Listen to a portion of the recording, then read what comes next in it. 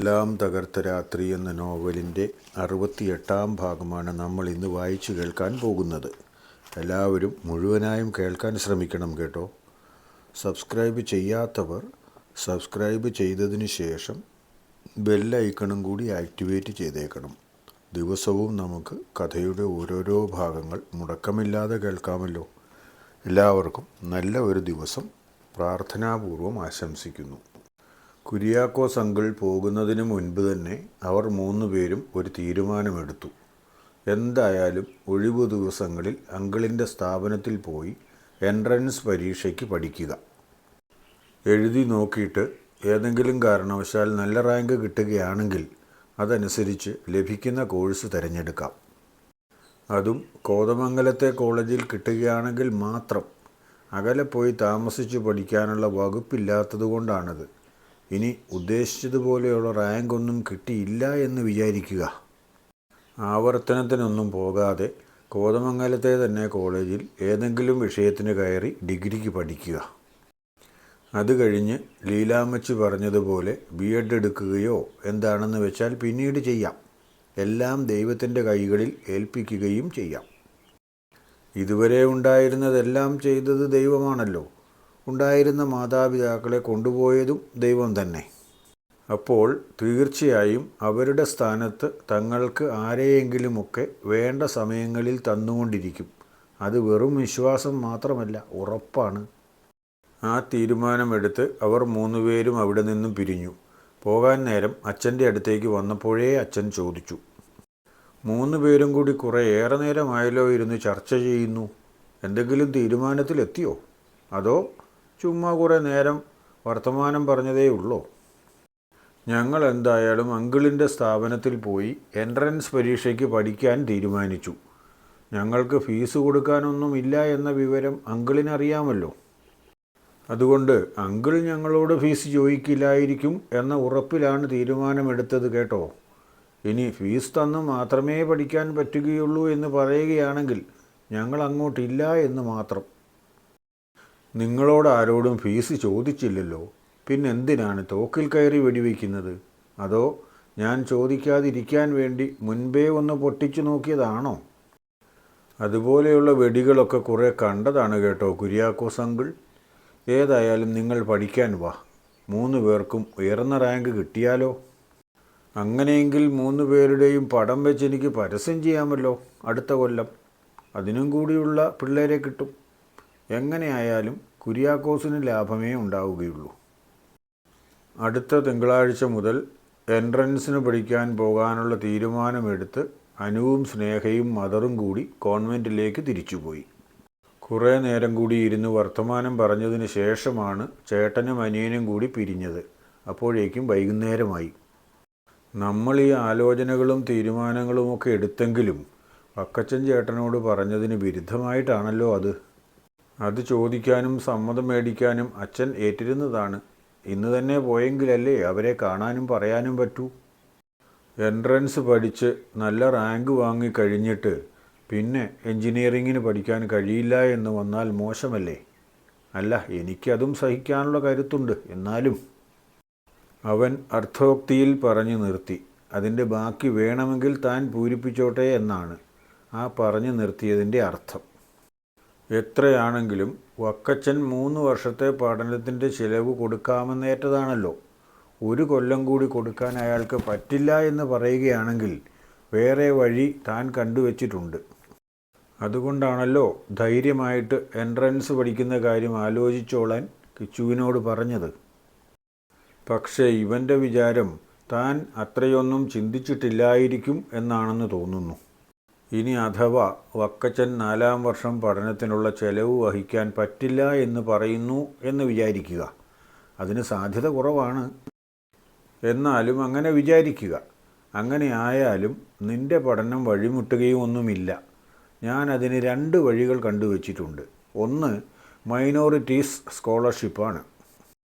എല്ലാ വർഷവും നല്ലൊരു തുക നിനക്ക് ആ വകയിൽ ലഭിക്കും. അതുതന്നെ 1 വർഷത്തെ പഠന ചെലവിൻ്റെ പകുതിയിലധികം വരും. അത് നമ്മൾ വക്കച്ചനോട് പറഞ്ഞിട്ടില്ല. അങ്ങനെ ഒരു സ്കോളർഷിപ്പിനെ പറ്റി ഇതുവരെ കേട്ടിട്ട് പോലുമില്ല.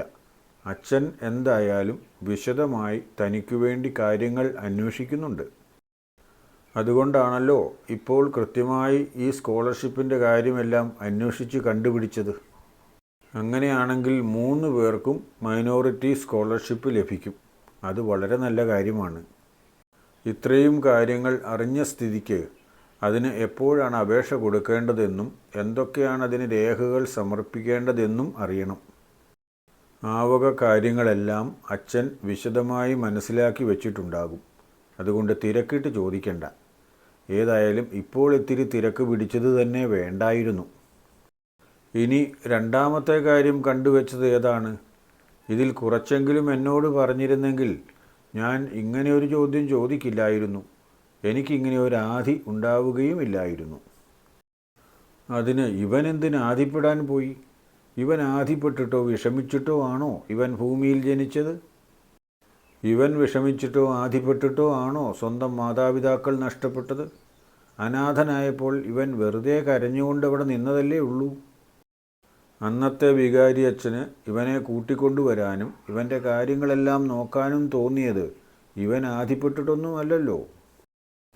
ഇത്ര കാലം വേണ്ടതെല്ലാം നൽകാൻ കഴിയുന്ന ആളുണ്ടെങ്കിൽ ഇനിയുള്ള കാലവും നൽകാൻ കഴിയുന്ന ഒരു സർവശക്തനുണ്ടാകും.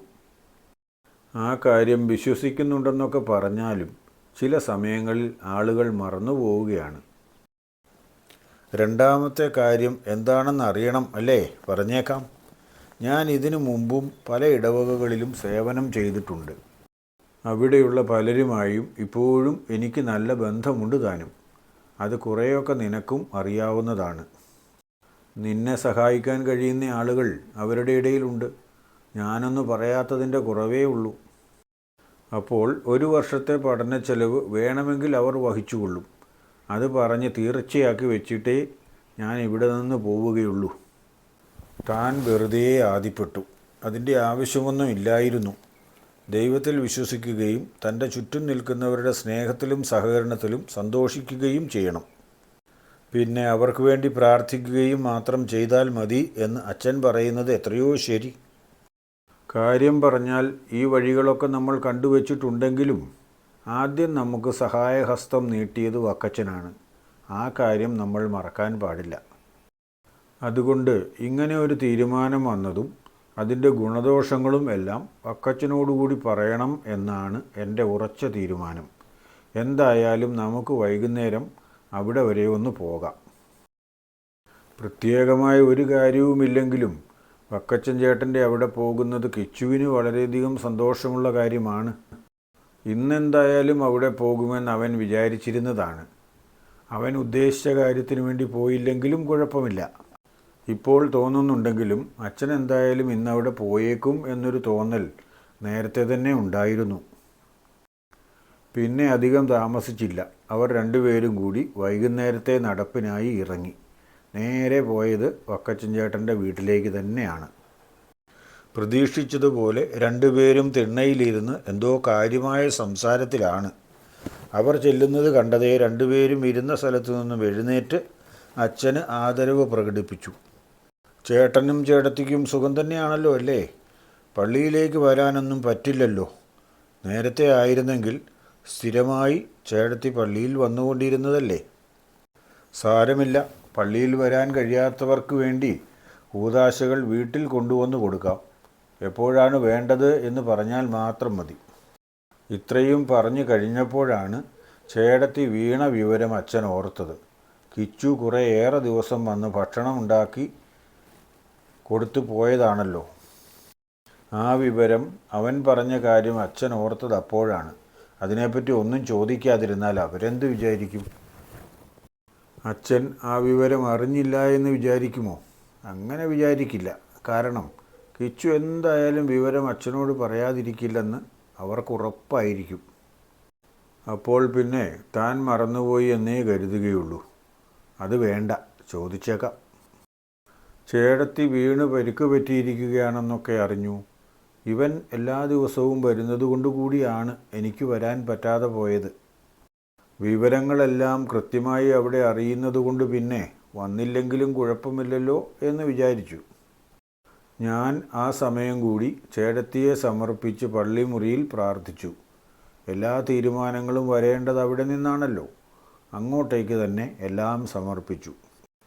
അത് മതി അച്ചു. അതിൽ കൂടുതലൊന്നും നമ്മളെക്കൊണ്ടൊന്നും ചെയ്യാൻ പറ്റില്ല. വേണ്ടതൊക്കെ വേണ്ട സമയത്ത് ഇങ്ങോട്ട് കൊണ്ടുവന്ന് തരും. ഇല്ലായിരുന്നെങ്കിൽ ഞാൻ വീണ് കിടക്കുമ്പോൾ എനിക്കൊരു കുറവും വരുത്താതെ കൃത്യമായി എല്ലാം ചെയ്തു തരുമായിരുന്നോ? അതിനായി കൃത്യസമയത്ത് തന്നെ ആ കുഞ്ഞിനെ കൊണ്ടു തരുമായിരുന്നോ?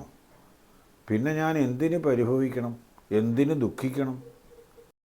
അപ്പോഴാണ് അച്ഛൻ കിച്ചുവിനെ നോക്കിയത്. അവനെ കാണുന്നില്ല. ഒരുമിച്ച് വന്നിട്ട് ഇവനെവിടെ പോയി? അച്ഛൻ അങ്ങോട്ടും ഇങ്ങോട്ടും നോക്കുന്നത് കണ്ടതേ ചേടത്തിക്ക് കാര്യം മനസ്സിലായി. കിച്ചുവിനെയാണോ അച്ഛൻ നോക്കുന്നത്? അവൻ വന്നതേ അടുക്കളയിലേക്ക് പോയി കാണും. അല്പസമയം കഴിയട്ടെ. എല്ലാവർക്കും ഉള്ള കാപ്പിയും പലഹാരവുമായി അവൻ ഇങ്ങെത്തും. ഇങ്ങനെ ഒരു കുഞ്ഞ് സ്വന്തമായി ഇല്ലല്ലോ എന്ന ദുഃഖമേ എനിക്കുള്ളൂ. ചേടത്തി പറഞ്ഞു തീർന്നില്ല. കിച്ചു കാപ്പിയും പലഹാരങ്ങളുമായി എത്തിക്കഴിഞ്ഞു. എല്ലാവർക്കും കണക്കായ അളവിലെടുത്തിരിക്കുന്നു.